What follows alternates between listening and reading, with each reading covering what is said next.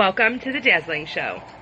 On this pilot episode of the Dazzling Show, I'm going to discuss frazzled does not equal default. Hi there. I'm Rebecca Jackson, the host of the Dazzling Show, a podcast for moms by a mom with over 23 years experience in the parenting game and over 15 years as a stay-at-home mom. I've been there. I've done it. I know how hard it is to prioritize yourself as a mom, especially when you've got all your littles doing all the things that need your attention. This podcast is here to help you learn the art of overflow. The Dazzling Show is going to have you taking care of yourself as the priority with no guilt far more often. So come along with me. I just can't wait to see you there.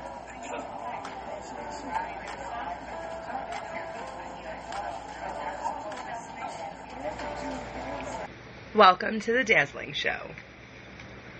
Today's topic, or untruth that I'm flipping on its head, is that frazzled is not equal to default.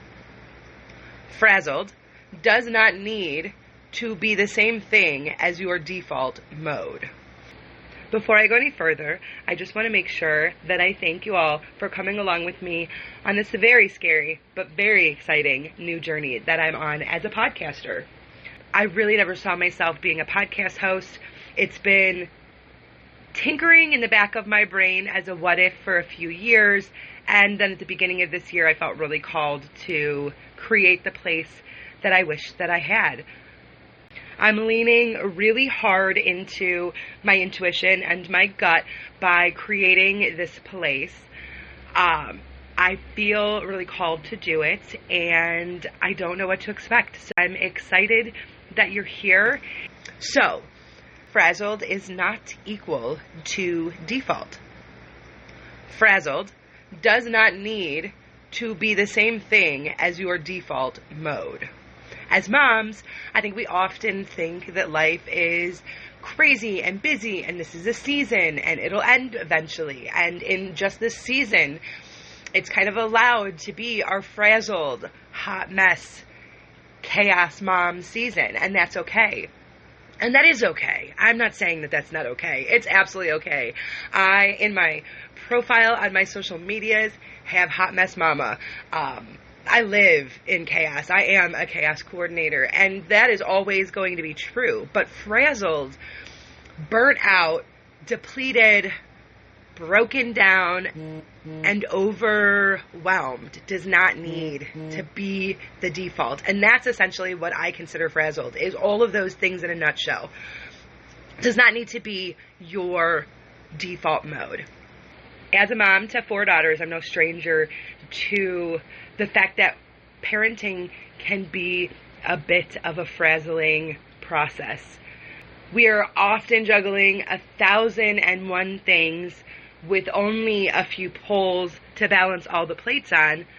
And in reality, what's the plate that drops the most?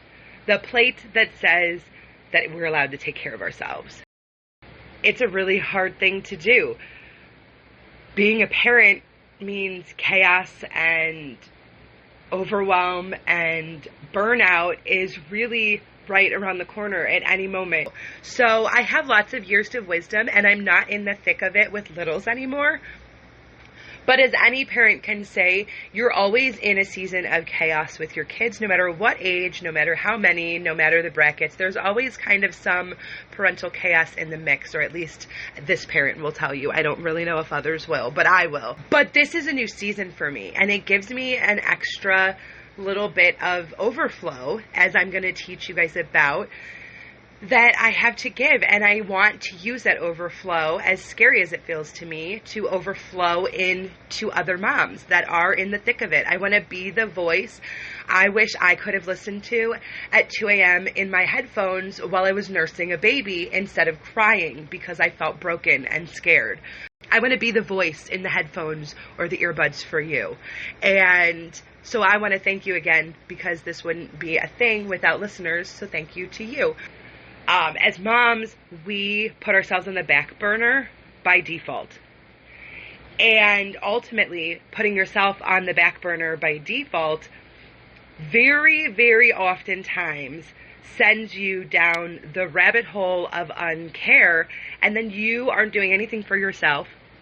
You aren't prioritizing your needs or your voice or your feelings. You can get frazzled and burnt out and overwhelmed with great amounts of ease, which is why so many moms think that frazzled or burnout is kind of default, that it's inevitable in this season of life, that this is just a season, that they're only little once, that the chaos and all of it will come to a resounding calm eventually, and that in that season, it will be your season to not be frazzled or not be burnt out. But the fact is, you can be a mom, you can be in the thick of it, you can be prioritizing your needs first and flowing from a place of abundance. And I learned that the hard way after many, many years of living in default as a frazzled mom. But I'm here to tell you that frazzled does not equal default, especially not in this season of life where you're balancing all the things and raising a bunch of littles in the thick of mothering. I want this podcast to be a place that you can come to when you're like I was, in the 3 a.m. middle of the night, nursing a baby, crying, thinking I'm failing, feeling like there's nothing but fear and uncertainty, and that I'm messing them up. This can be the place you come to hear that putting yourself before all of it is the key to success as a mom. Because when we are doing that, we are abundantly able to overflow. We are able to practice the art of overflow. And instead of pouring and depleting, we can just overflow our abundant well-being and give our people the best of us, which is really better than pouring whatever's left in the bottom of our very stressed out mug or vessel at the end of every day. So, each episode here at the Dazzling Show is going to be part storytelling, part lessons learned. I am your host, and as a mother of 4 daughters who's been a parent for over 23 years, my oldest just graduated college just a few weeks ago as of the time of this recording. She is not just a college grad, but a first-generation college grad, so her father and I are beyond excited, and we are so beyond proud. We also have 2 teenagers that are in the thick of their teenage years. We have an incoming sophomore and an incoming senior this next school year. And so we'll be launching both of them relatively back to back, as they're not even 2.5 years apart. Then our baby just joined the double-digit club. And it's so bittersweet that all of my kiddos are double digits now, but she is also making it extra bittersweet because this fall she enters her final year in elementary school. So I am no stranger to the frazzled moments. I've been there, and I actually created and learned the art of the overflow while I was creating it because we need to do it more, and we're not sharing those skills because we're all surviving. So when I got out of it and I realized what I had done for myself and what these things could do for other people, I just felt called to share it, not just in my writing and not just in my social media, but in a podcast form where I can speak straight to the moms that are in it. Because if I could have had a set of headphones to be listening to a voice just like this saying just these things when I was in the thick of it, I wouldn't have been crying at 3 a.m. feeling like I was filled with fear and failure. I would have been perpetually overflowing significantly sooner in my mom journey. So with that, I'm going to roll right into what this episode's storytelling section is going to be all about. And that makes perfect sense to me, that it should be a little download for you guys to understand my parenting journey, where I came from, where I'm at now, and why this is a natural next step for me. So with that, the storytelling section. Okay, so my journey as a mom began 3 months after declaring at my high school graduation that I would never have children. I said it, I ruffled some family feathers. I believed it though. I said it with conviction because I didn't think 18-year-old me, freshly out of high school, didn't think I had what it took to be a mom. I was raised by a pretty incredibly hard to reach level of perfection as a mom. And I just didn't think I had what it took to do what my mom did, to be that person, and to do it with the kind of grace that would keep me out of handcuffs, if I'm honest. So I never thought I'd be a parent, and I declared it with conviction. And 3 months later, I found myself eating those words. Well, because, we can make a plan and God laughs. 3 months after I said that, I was on a motorcycle trip to go with my father to visit some friends of ours that had recently moved across country. And on that motorcycle trip, we stopped for multiple nights because we didn't drive through the night. And the morning of one of our road days, we woke up and I was blow drying my hair, and my dad yells at me to turn the hairdryer down, to look at the TV. He was trying to check the weather, and I thought he was just being a grouch. And then I looked at the TV, and I watched the second plane fly on camera live on the news into a building. And I never felt more like a child in my entire life. 3 months earlier, I had declared I was an adult. I was going to live my life. I was going to do my things. In this moment, in that hotel room, watching the TV and the horrors that played out, I never felt more like a child. I may have been on the correct side of adulthood, but I was the furthest thing from it. And I listened to my father as we finished getting ourselves ready and out the door. We couldn't stay and watch the horrors unfold, nor do I think did we want to. So we somberly loaded up all of our things onto the back of the motorcycle. Into the little cubbies. We got on the bike and we set out to close the gap between us and our destination. And in doing so, I was taking in the tidbits of information that my father was uttering that was giving me a little bit more clarity. The child in me didn't really understand terrorists. I didn't understand war. I didn't understand the frailty of humanity, quite frankly. I just understood me as little as I understood me back then. And so as we sat quietly and soberly on the bike, I processed more of what was going on, and I felt like I was gaining comprehension with every mile we drove. I was coming to terms with the atrocities and the complete chaos that was taking on in multiple places in our country. And it was just all setting in. And then we stopped for gas. And at this gas stop, my dad pulled out his cell phone, and that's the moment that, real life caught back up to me.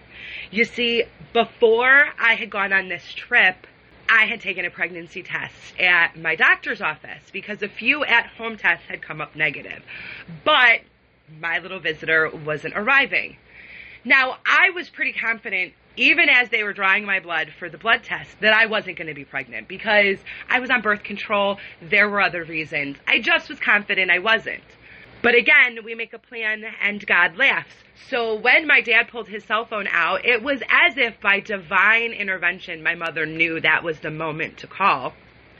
And the phone began to ring. And my father answered it, and he uttered a declaration, and then he handed the phone to me, where my mother informed me that I was in fact pregnant and that I would be a mom. And I'm not going to lie, I felt like I was in a Lifetime movie in this part of my story. I walked across the gas station parking lot in the middle of literal cornfields somewhere in Fargo, North Dakota, I think we were. And I thought my dad was going to leave me there. I had just graduated high school. I had my entire life ahead of me. And I thought my dad was going to leave me there. Not that he didn't love me, but that I was so caught up in the disappointment that they must have been feeling in that immediate moment. And so wrapped up in my own story and my own predicted ending of that story that I walked into the bathroom and closed myself in a stall, and I cried for an undetermined amount of time. And I genuinely was afraid to open the door because I just kept thinking, he's gonna have left. He's gonna have left. which is foolish because my father loved me and I knew that, and he was never going to leave me there. But I heard a little knock on the door, and he said, "Hey, Bex, you ready to go?" And I said, "Yeah, Dad, I'll be right out." And I got back on the motorcycle, and we drove 4 hours in relative silence on the back of a motorcycle, as silent as it could be. In that silence, I began coming to terms with this responsibility that I felt like I had been given.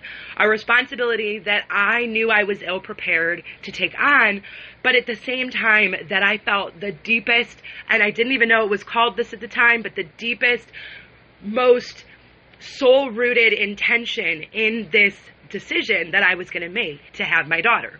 So I did. And I'll save a lot of the stories of all of the hardships of that first coming to be and all of that.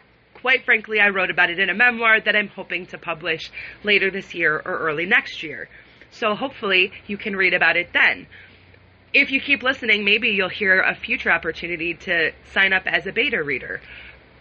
But here nor there, it's too much to tell in a 30-minute podcast. So I digress. Fast forward 5 years from that decision, little over 5 years from that decision, and that daughter was walking down the aisle as the flower girl at mine and my husband's wedding. Now, he is not her biological father, but he was here holding my hand moments before she was born and crying and falling in love with her moments after they handed her to us. And he's been here playing the part every minute since. So he is her father. But the man who contributed, we all know that's not the main part of being a dad, but the man who contributed the essential pieces at the beginning of my story was not around. And there's more of that story in my memoir as well. Again, way too much to fill you guys in here on a short little podcast. But I'll give you pieces here and there through the process, I'm sure. There were lessons learned. There's wisdom to share. But for today's story and my motherhood journey, let's stick with I made the decision to keep her. And then she became the flower girl at mine and her father's wedding. Shortly after that wedding, we had 2 more babies, less than 2.5 years apart. And that's the reason that our actual last baby came 5 years after our third daughter, because I did not like 2 in the toddler stage, in the little stage, all at once. It was so much. I was not equipped for that. But our baby came exactly when she was supposed to. She was the perfect right finish to our family. And I used to say that my daughters were 3 opposite corners of the same triangle. And now I just say they couldn't be more opposite corners of the same square. So, in all of that, I became a stay-at-home mom a little over 15 years ago. And it was about the exact time that our third daughter was about to be born. I quit my job. I was in corporate America. I was hustling and working hard and building a name and a reputation and a career for myself. And then we found out we were going to have our third daughter, and childcare expenses just weren't going to make sense. So I made the difficult decision, and my husband and I agreed together that me staying home was going to be smartest. And I'll be honest, at that time I thought I was leaping in to a stay-at-home mom life of rest and relaxation. I fully bought in to the idea of bonbons and soap operas. Like, I'm not even going to play games. But I quickly came to realize how absolutely bonkers the idea of bonbons and soap operas was. Well, it was 5 years into my stay-at-home mom journey before we capped our family with our last daughter. And it was then that I think I knew for sure I was done. I knew from helping care for some of my nephews over the years, I knew that 5 kids was pushing my boundaries. And even though all of our children came out girls, and I was kind of holding out for a little mini of my husband, I knew somewhere deep in me that there wasn't probably another child left in me to be born, that all the spirit that I had to pour into the next generation of me's was out there, and that my capacity to care for them all was definitely at their max. Remember, at 18, I didn't think I'd make a good mom at all. And here I was at the time, 13 years later, having my fourth daughter, I was feeling obviously more capable. That's why I kept having babies. But I knew I was overloading myself. So I could already see the writing on the wall within very little time of my daughter being born, my fourth, that the writing was on the wall. I didn't have the patience or the capacity. And our little castle was getting very much too small for all the princesses we already had. There was no room for more.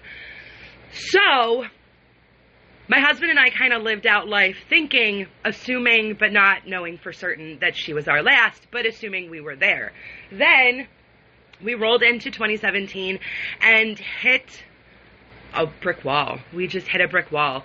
I went through 2016, if I'm honest, thinking that I had actually nailed being a mom to 4 daughters, that there was no more learning that I needed to do, that I had the balance figured out, that I was the best me, blah, blah, blah, blah, blah.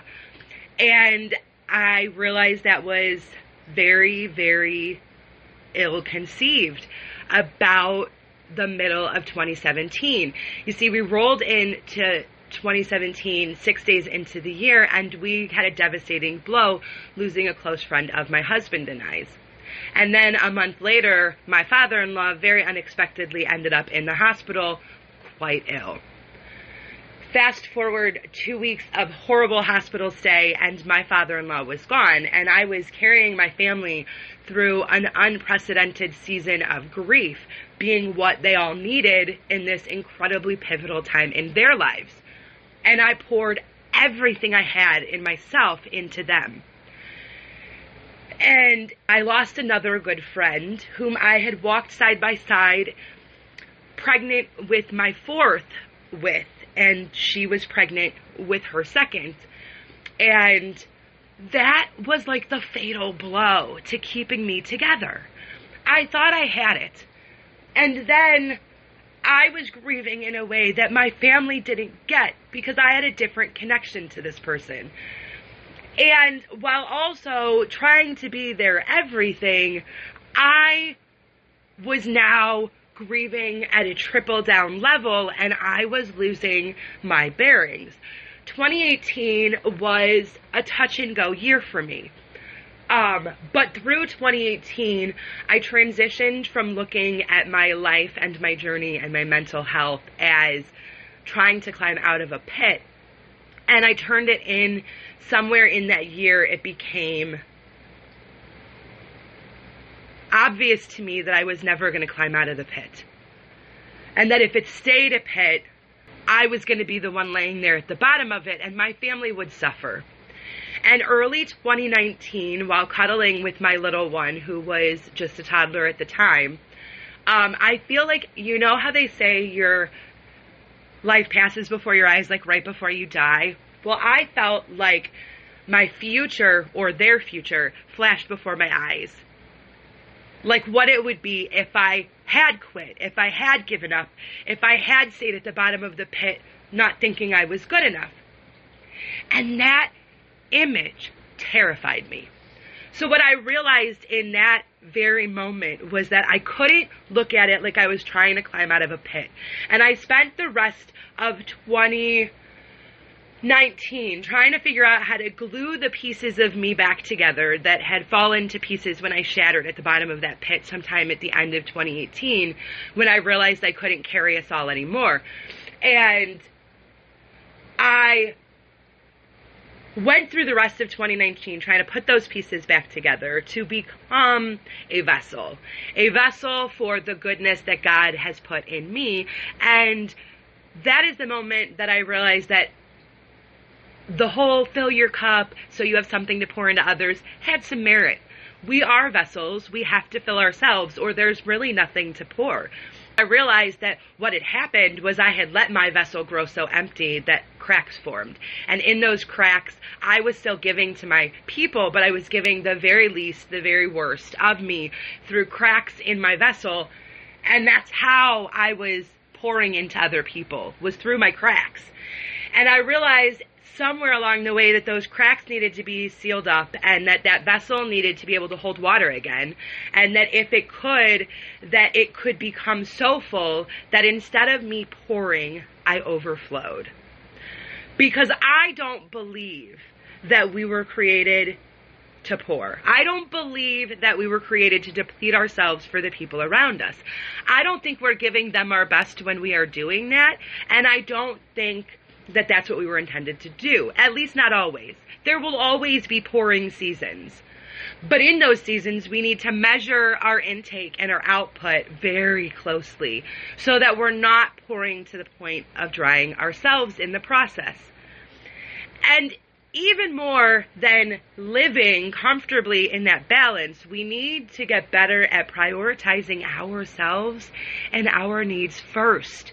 Because when we do that, we fill ourselves so abundantly that we are actually, in fact, not pouring. We are overflowing into those around us from the absolute best of us. And this is what I have come to call the art of overflow. We can live a joyful life where our self-care is sustainable, efficient, and effective in a direct-to-us way. And in doing so, we will fill ourselves to the point of overflow. Frazzled is what happens when we deplete ourselves.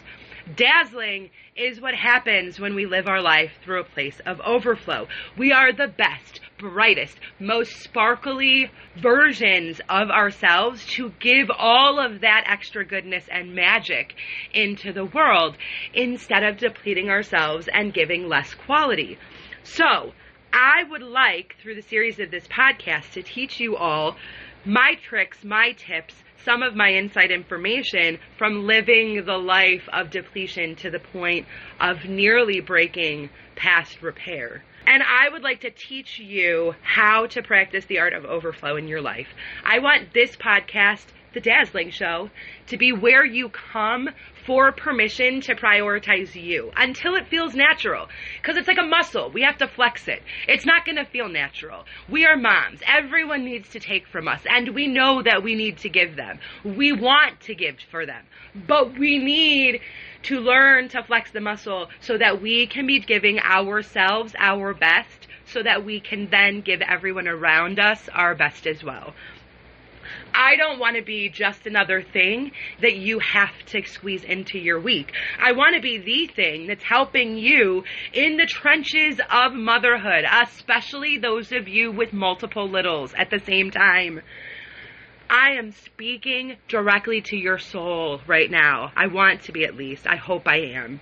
I need you to know that you are going to be the best for them when you learn how to weave prioritizing yourself into your life in a way that doesn't make you feel guilty, in a way that sometimes even includes your people, probably more often than you even think is possible, and in a way that keeps you so abundantly full of joy and love and dazzling goodness that you overflow that naturally and excessively into your people.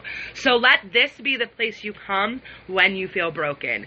I plan on talking through this season a lot of myths, and I know that summer is a really tricky season for moms, especially moms that have kids in a public school system or a private school system where they attend regularly. It's like a double-edged sword. We want the flex from their schedule, the strictness of school, but we also really don't ever have time to ourselves when they're always home, right? And we love them, but like it's a balance, and it's a different balance. So this season, I plan on helping you find all these little nuggets of ways that you can execute and learn the art of overflow while you are busy surviving summer with all of your littles home, desperate for attention, desperate for adventure, and all of the snacks in the world, right? Don't they want so many snacks? Anyways, so that was my story, and it rolled right into my lesson, and I'm thinking that's how you can expect most of my episodes to play out, at least this season. I'm considering some interviews